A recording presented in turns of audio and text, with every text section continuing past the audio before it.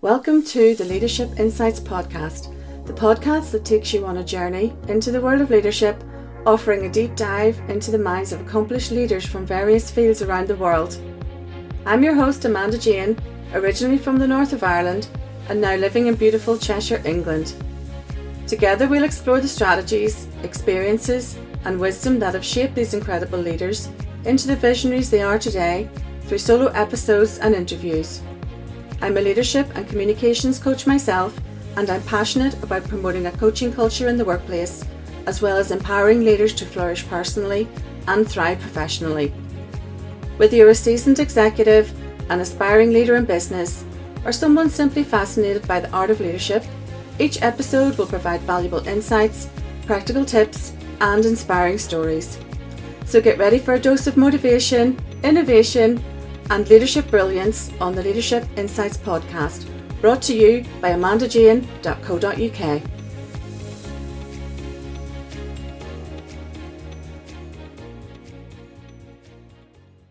Hello everyone, and welcome to this episode of the Leadership Insights podcast. And today I have with me Dr. Nia Thomas, and she also has her own leadership podcast, Knowing Self, Knowing Others. Hello Nia. Hello, thank you for having me. It's lovely to join you. Thank you very much for joining me. I'm really looking forward to this. So you have a blog, podcast, and you've also got a book coming out soon as well. So we'll talk about that a little bit later. Oh.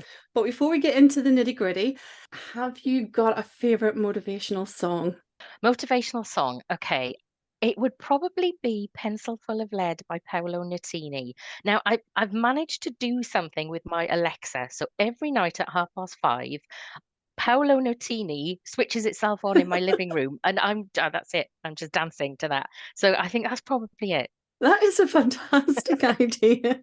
I'm not familiar with that song, but it's probably one that I've heard and I don't know the title, but that is a brilliant idea. Schedule it to come on at 5:30 every Absolutely. evening. That is genius. Yeah. My And problem is I don't quite know how to turn it off. But hey, it's a start. yeah, not a lot of people know this. You can set it that if your partner snores in the lounge when you're trying to watch TV, it automatically says, please stop snoring. I'll definitely remember that one. It's so good. And do you have a favourite motivational quote? Yeah. Be nice to people on the way up because you might meet them on the way down. Very wise. I think it keeps you humble and it keeps your feet on the floor. Yes, that is very wise. I like that. And do you have a favourite book? And it doesn't have to be motivational. Book really tricky, really tricky. I'm down to 3.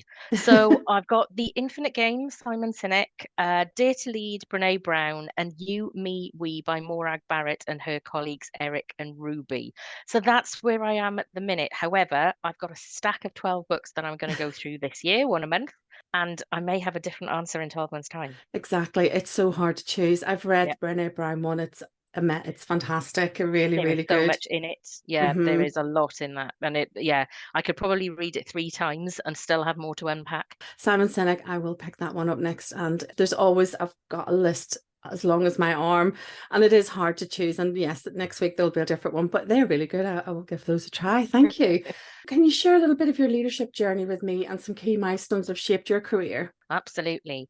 So I've been in the world of work 25 years this year, I realised, and I started my work career in the NHS.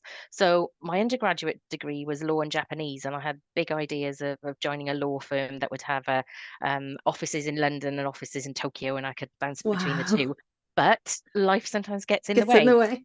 Absolutely. And during the summer holidays, I took a summer job. And I thought it was going to be at an NHS GP surgery, being some sort of receptionist, but it discovered that it was an NHS trust. And at that time, I didn't know what NHS trusts were, Mhm. but I absolutely loved the job. So at the end of the summer, I decided I wasn't going back to university and I hung around, moved to different NHS trusts, worked my way up for a few years. Then I was lucky enough to jump over into local authority because there were some early years preschool programs being developed in Wales, and stayed with early years for probably about 12 years in Wales. And jumped to England 5 years ago. So listeners will probably hear in my voice that I'm Welsh through and through. So the majority of my career was spent in Wales in the public sector. And then I moved to England. We've been here nearly 5 years now. So I worked in Great Ormond Street in civil service, and now I'm a director of a children's charity. So there's a theme that runs through it, and it's always about supporting people who need that support. And in the last 15, 16 years, it's been about children and particularly preschool children. So that's what I do. And how I do it is underpinned by everything that you said at the very top of the show, which is my blog, podcast, and my book. So I have an interest in self awareness, leader effectiveness, and leadership at all levels. And in 2016, I decided to go back to university and I did my doctorate. And the more I was looking into those subjects, they sort of morphed and became what I now call self aware leadership. Mhm. So, what I do is director of a children's charity, and the way I do it is through self aware leadership. Self-aware leadership. Now that's very interesting to me. So how do you find that subject gets received? I think people are very interested in it because self awareness, as far as I'm concerned, starts with you. It starts with you as an individual, and you have that opportunity to change how you behave so that it impacts others in a more positive way. And every time I talk to people about it, they are often thinking about people around them who aren't self aware. And I think they are interested in being able to articulate what self awareness is, talk to other people about it, raise it as a topic of interest. And so after every one of my podcasts, I do a top takeaways review. And what I suggest to everybody is take a look at that article, pick one of the top takeaways, take it to your team, have the discussion, and raise awareness of awareness. Mhm. Because that raising of awareness itself is a way to start having the conversation with people who may behave in such a way that they don't realize that they're having an impact, and it's usually a Mhm. negative impact Mhm. on others. Mhm. So maybe just having the conversation in the workplace raises awareness of awareness. That is a good place to start. It's very interesting, a very interesting subject area. And do you find any challenges within that? Do you find it, what challenges would that particular subject bring? I think there are two parts to it. Firstly, is the question I'm often asked: is too much self-awareness a bad thing? And my thought on that is that there is no such thing as too much self-awareness. However, if self-awareness falls into rumination and overthinking, then that can be really harmful. So I think when we are thinking about self awareness, it has to be self awareness that propels you forward. So my definition of self awareness and my model has three layers. It's reflection on your hard skills and soft skills, recognition of your impact, and regulation of your behavior. So if you get stuck in that reflection, recognition, and you are overthinking, you're not in that mode of being able to move forward to regulate your behavior.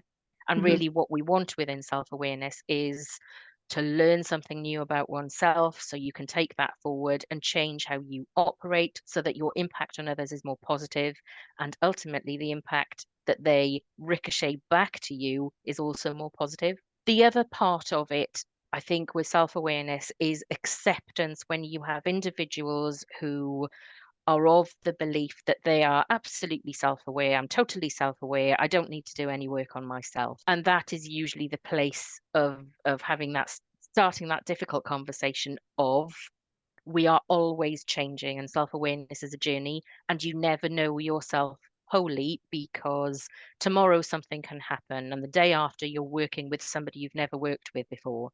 which means that you're always in a slightly new situations, which means you're responding in a different way. So you are always changing, and not to accept that you are changing and therefore think that you know yourself Mhm. 100% all of the Mhm. time, I think has a level of naivety that raising awareness of awareness Mhm. has to start unpicking. Yes, you've made me think about something there, getting stuck inside your own head and ruminating over things. And in the past, I would have been guilty of that. Hmm. And for me, self-awareness is knowing when to terminate that thought, but moving on, evolving, learning, moving on to the next thing.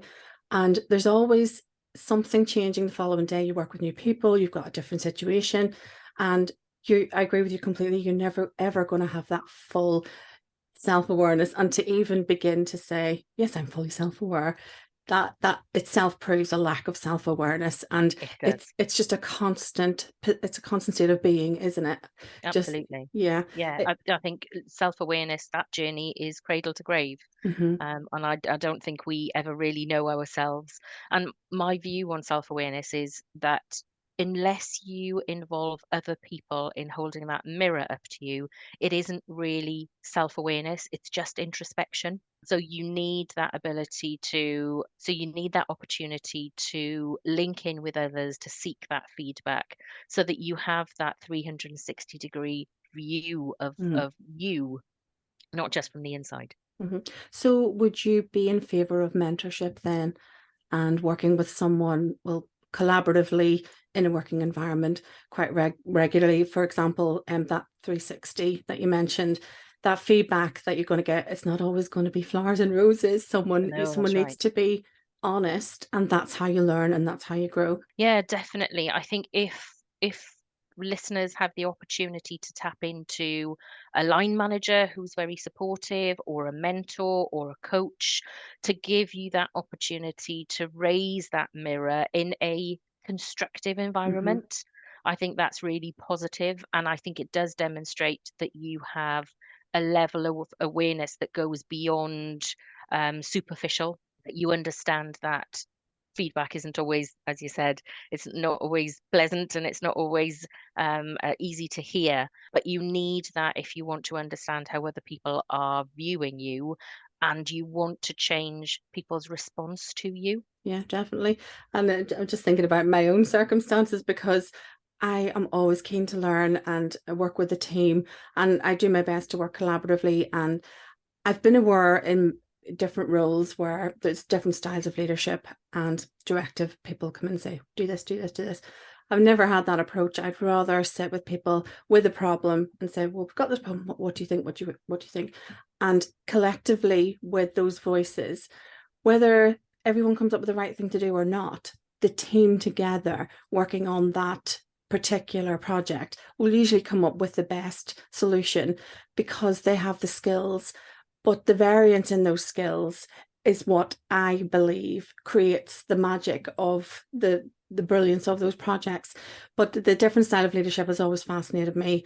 And one of the exercises that I do is just get people to sit down and think about the worst leader they've ever had, Hmm. and then the very best leader that Yeah. they've ever had. So, and that usually yields some results, but it also puts people in a position to think of those qualities that they've never actually vocalized before, or given that much thought to. Yeah.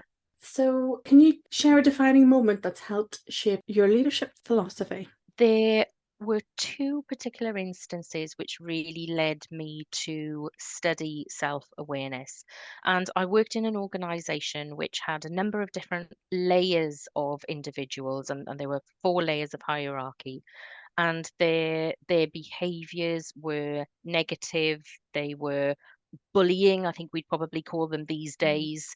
They were clicky, etc. And then I moved to a different organization, and I saw individuals who didn't have leadership within their job titles, they didn't line manage anybody, yet their compassion and their way to bring people together, and a way to explain people's challenges and problems and represent people. And I tend to think of them as the sort of shop stewards of the 1970s. And these two different groups of individuals, they were so very, very different. But for me, I kept coming back to these two situations to try and understand what it was that made me keep coming back to these stories. And it was behavior, it was hierarchy, and it was leadership without a title, which is Mhm. where self-awareness, leader effectiveness, and leadership at all levels comes from. So really, as much as the first situation was awful and it made me unwell, it taught me so much. And I came away from that being very clear about what kind of leader I did not want to be. Hmm. And I talk a little bit more about that in my book. But there is definitely, we learn from difficult situations and we learn from positive situations. Exactly what you were saying earlier about, imagine that leader who was the best leader you've ever worked with and the Hmm. worst leader you've ever worked with. Put those two things together and you draw out that learning and say, this is how I want to be. So Hmm. for me, those two things are really defining moments in who I didn't want to be and who I really did want to be. How interesting, because I'm visualizing very senior managers in their lofty, very senior executive offices. And on the other hand, people down on the shop floor, rolling their sleeves up, getting stuck in with genuine compassion, Yeah. empathy, and understanding of what the actual issues are. Now, personally, for me, those are values are very important to me. Empathy, compassion, and working with people and communicating well with people and finding out just genuine building relationships, understanding what it is that people need and want. And that image will probably stay with me for a while, because that complete polar opposite is basically what we're talking about, isn't it, in simple terms of leadership. But the Definitely. people who separate themselves not only with words but physically, in my personal view, they are so out of touch. And the only way we're going to learn about organizations and the way to improve is data, understanding what is happening. And the only way you can do that is by being present, being there, and knowing what's going on. One of the things that came out of my study was this idea of strategic level disconnect. And what you said earlier about that, people being in their offices and being separated from the people that deliver their objectives, that strategic level disconnect came out very loud and clear. And one of the ways to mitigate against that was inclusive decision making, which is what Mm-hmm. you talked about Mm-hmm. earlier, that Mm-hmm. you can get your team together, you can share ideas, and actually the ideas you come together to create are far richer than those that an individual who sits in an office with the door closed can create. So yeah, very interesting in that the way that you're talking about how you see the world from your perspective and your experiences definitely played out in the research that I did, and people were Mm-hmm. saying the same things. It just makes logical sense, because people are invested. Their creative energy, their creative flow, their thoughts or ideas are invested in whatever it is that you're working in. So naturally, they're going to want to make it work. They're going to give it their all. And it just, for me, it just makes perfect sense. But when you've got that little bit of awareness of the structure and the hierarchy, when you see it in play in a negative way, you just can't help but think, why don't you try something different, work in other ways? But basically, just involving people. The core of it, people like to be talked to and they love to be listened to. And Absolutely. working in communications, that strip it all back, that just boils down to that. And Yeah. in anything, not even in the working environment, it just boils down to very plain simple communication and Yeah. collaborating with people and listening.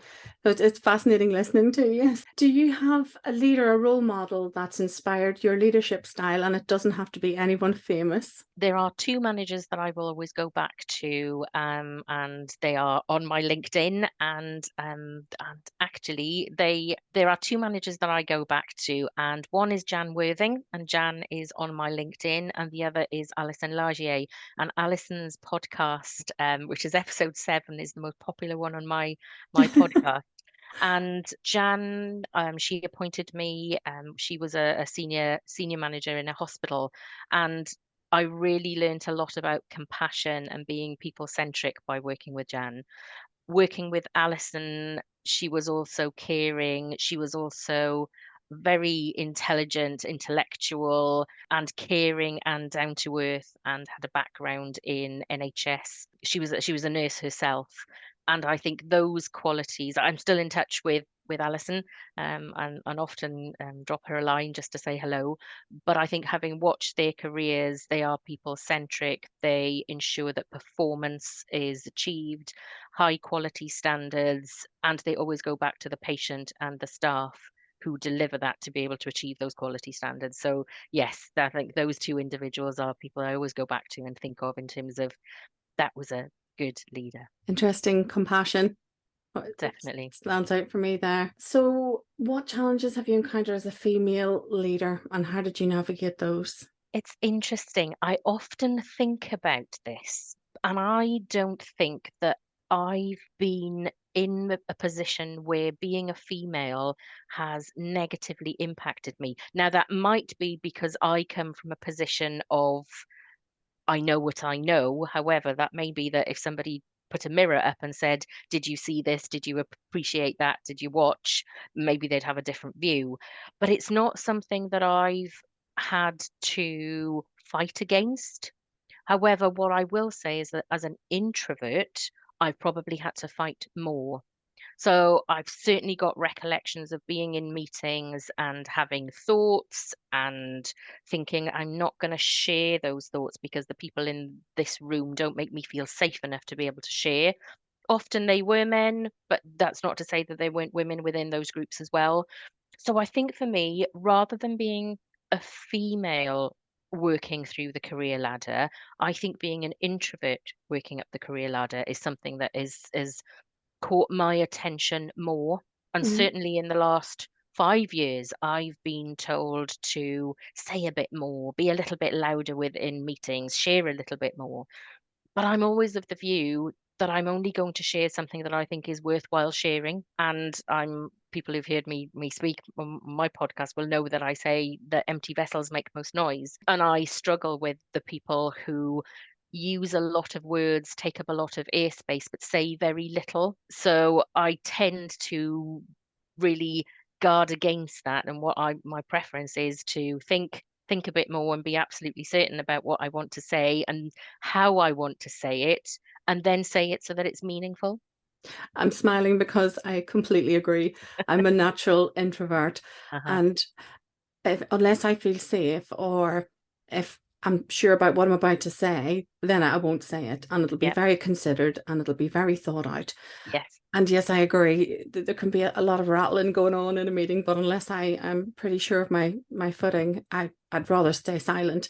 If there's a Absolutely. burning issue, I will consider it very carefully before I say it.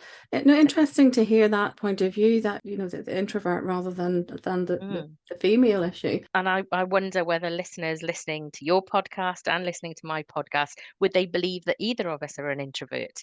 And I think we probably are good advertisements for people who are quieter warriors and who aren't sure whether they're capable of doing something like a podcast. Well, Mhm. the answer is absolutely yes. Yes, and I've had to think about that myself. And yeah, you're right. People might think, well, how can they possibly say that? Look at what they're doing. But I am doing this completely on my own terms. Yes. And that's Yes. the difference. Agree. Yeah. Yep. And I like that because I have complete control, Yeah. and no one's watching me right now. I can do all the edits, but absolutely. And technology and social media has probably given a voice to a lot more introverts. And I also think a lot of people are more brave in saying that they're introverts. I know that people would be surprised to hear that about me because of my job, and I have to do a lot of things Hmm. because it's my job, but not many of those things come naturally. Hmm. It's been taught, I've rehearsed, I've been very well trained, but my natural state of being is introvert, close the door, read a book, no people. Yeah. Yeah.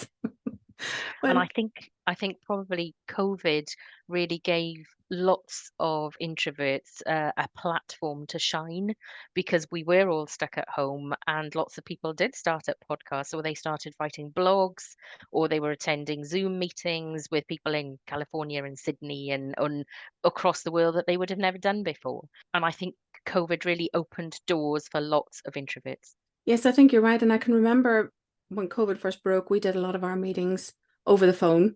Hmm. And a few months later, we got new computers and then we were doing video. And I can remember thinking, video, horror of horrors. It wasn't a family member, it was my colleagues. And now we don't even think about it No, anymore. And I we don't. love that. I love the fact that we all had to learn pretty quickly over COVID, but look at the advancements that we've had.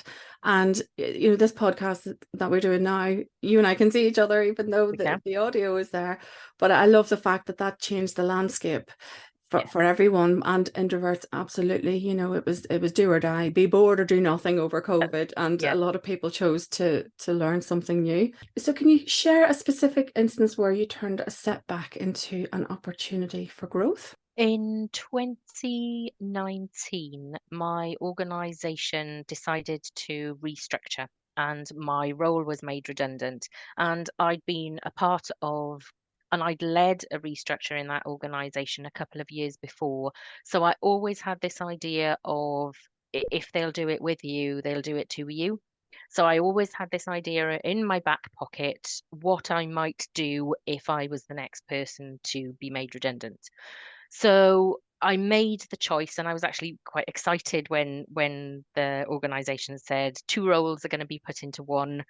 I ran home and said to my husband, okay, what are we going to do? We need to do something different.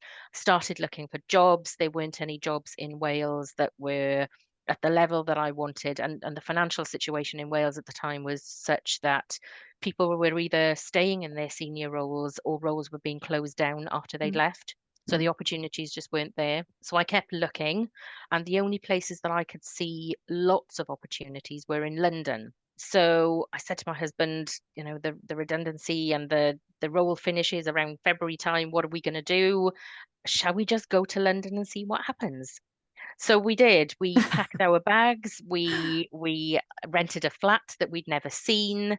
We Oh, sold all our furniture, and we turned up to London. And we said, "Well, something's going to happen, isn't it? It'll work out." what an adventure. Yeah, absolutely. And 5 years later, we are still here, and I absolutely love it. Wales runs through me like a stick of rock, I will Mhm. say. But yeah, that was one of those situations where did I stay in the organization and have to fight for my role? But it was an organization I'd been in for about 8 years and absolutely loved my role. And Mm. I wanted to leave that organization whilst I still loved it, because Mhm. having worked in other places that I really did not love, it had taken me too long to get out. And by the time I did get out, I just hated it. So I'd already been thinking, I need to leave this role whilst I still love it. So it all happened at the right time. It was serendipitous, and was one of those things. And here I am, director in a children's charity in the east of England, and loving every minute of it. That sounds incredible. I love the spontaneity. Shall we go? Yes. Let's do it. And there are worse places to be than London. And I know what you Yeah, I mean love about London. Wales. I'm from Ireland originally, obviously, and I live in England, and I miss Ireland so so much. But I get back a lot. But it's my home. Ireland will always be my home. Absolutely. Yeah. So I did want to talk about your book. Absolutely. So tell me about that. My book, so it's called The Self-Awareness Superhighway, Charting Your Leadership Journey. And it's a translation of my doctoral thesis. So the very first day that I went into the library in 2016, I thought I'd have a look to see what was around, because I suspected that my interest was going to be around emotional intelligence, that sort of thing. And I found a book that was I guess a textbook of how do you develop your emotional intelligence, and it had a CD at the back, and it was proper back in the early or the mid 2000s when CDs were all the rage, and you could do your modules on your CDs and things. And I thought, this is what I want to create at the end. I want to have something that's useful to people, that what I learn is meaningful, useful, and people can put it into practice.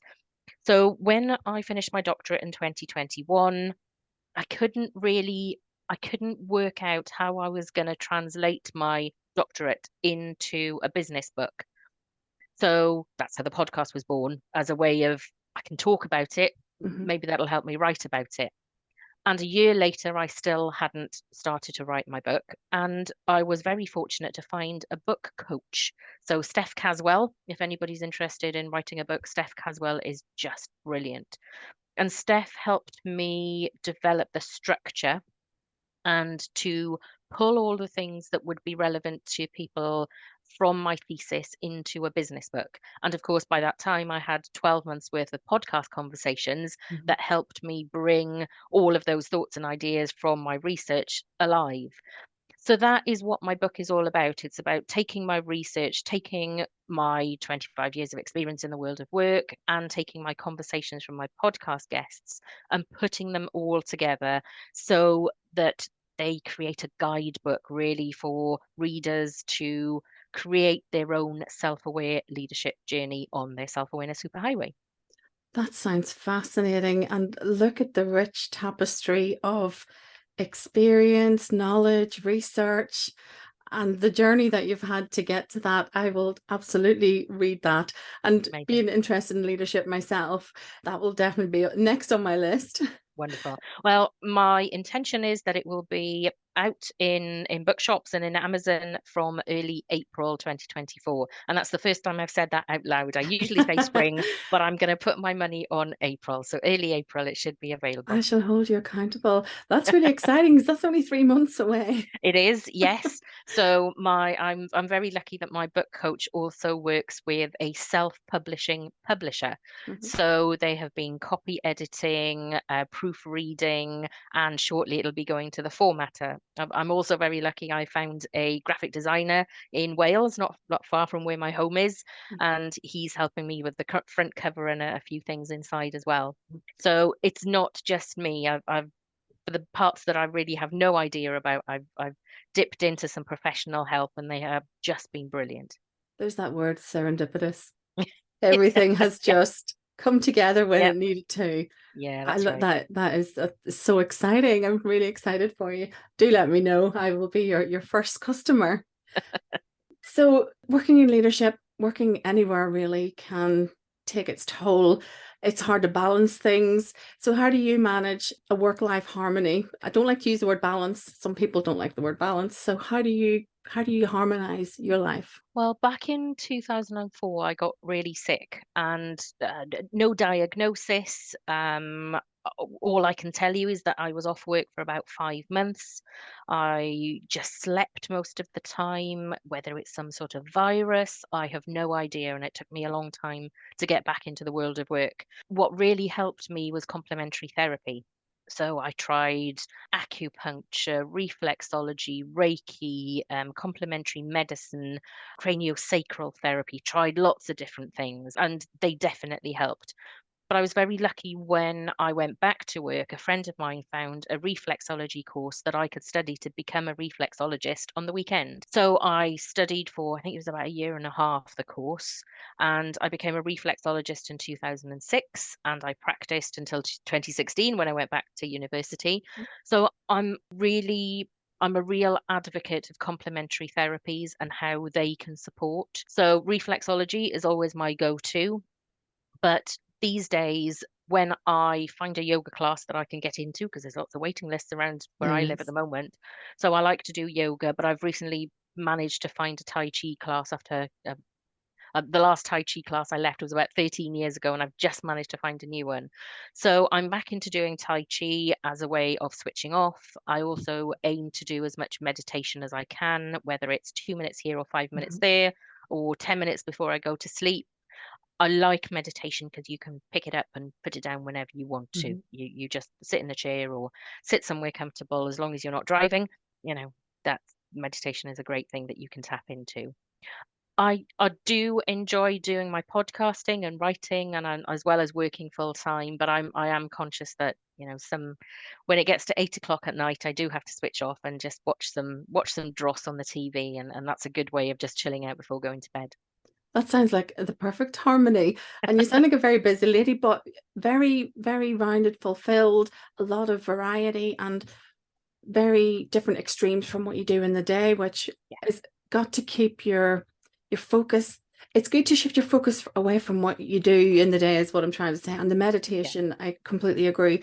I do a little 5 minute meditation most days, and I tend to stick to the same one, but I quite like it because I know what's coming, and I throughout the day I remind myself that I've done that particular meditation. But the reflexology, I'm really interested in that, and I agree with you. I've tried complementary therapies as well, and I think there's a lot more research and a lot more awareness that can be done, and it's just something else that to be explored. And I know a lot of therapists as well, and it just depends on who you meet and on what they've studied, and that builds yeah. your own knowledge.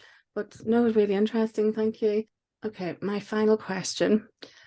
What legacy do you hope to leave as a leader, and how do you measure the impact of your leadership? And I'm thinking the biggest legacy you're going to have is your book. Whoa, that is a very big question. I think the book, yes, but for me, it's what the book achieves. And really, it's about not when we go into the world of work to do our level best not to make somebody else's work life awful. So Hmm. if we go back to the first example that I gave of those individuals who I worked with who made my work life awful, it Hmm. was horrible, and I hated going to work for those 2.5 years that I was there. And that if I can reduce the number of people that are doing that to others, that are impacting others and creating that awful work environment, if I can do a little bit of something to reduce that, that's what I would like my legacy to be. That would be an incredible legacy. And my measurement of that is the Sunday night test. Yeah, you're right. Yeah. Yeah. Do we still I've want to go to work on a Monday morning? Yeah. yeah. Definitely. And yeah, I've been in jobs where the Sunday night test hasn't worked, and I've known, Monday's coming, I'm not feeling too happy about that, and that is when you need to make a change. And Yeah. sometimes the thought of making the change is scary, but what you're facing is even more scary. Yeah. And to be the person to implement that change to make lives better for people, I'd say that that's a pretty incredible legacy. And the behaviors behind what we're talking about is, we mentioned at the start of the podcast, those negative behaviors will forever baffle me because, well, it's another podcast, isn't it? But to me, you go to work, we've all got we've got to pay our bills. And I like to get through my working day as happily as I possibly can Definitely. with as Definitely. much positivity. And I just, you've got the potential to set the tone for the people that you work with. So you can go in miserable or you can go in happy. And I choose to go in happy. Yeah. And that has a ripple effect. And Yeah. I'm very sensitive to other people's moods as well. So the only thing that I can control is me and Yeah. my mood. So I think that legacy would be an incredible one to leave. And I'm pretty sure that you will be. And I'm also pretty sure that won't be your final book either. Well, there's another idea bubbling, so you never know. Yeah, oh well, that'll be project number 2. It's been such a pleasure speaking with Yeah. you. Thank you so much. And I've learned a lot talking to you. And I like to see different perspectives. And I also love to hear other people's experiences and insights.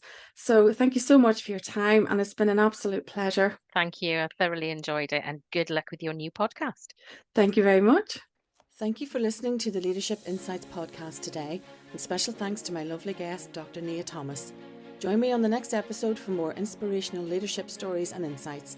You can follow me on Instagram at Coach Amanda Jane or visit my website amandajane.co.uk. Bye for now.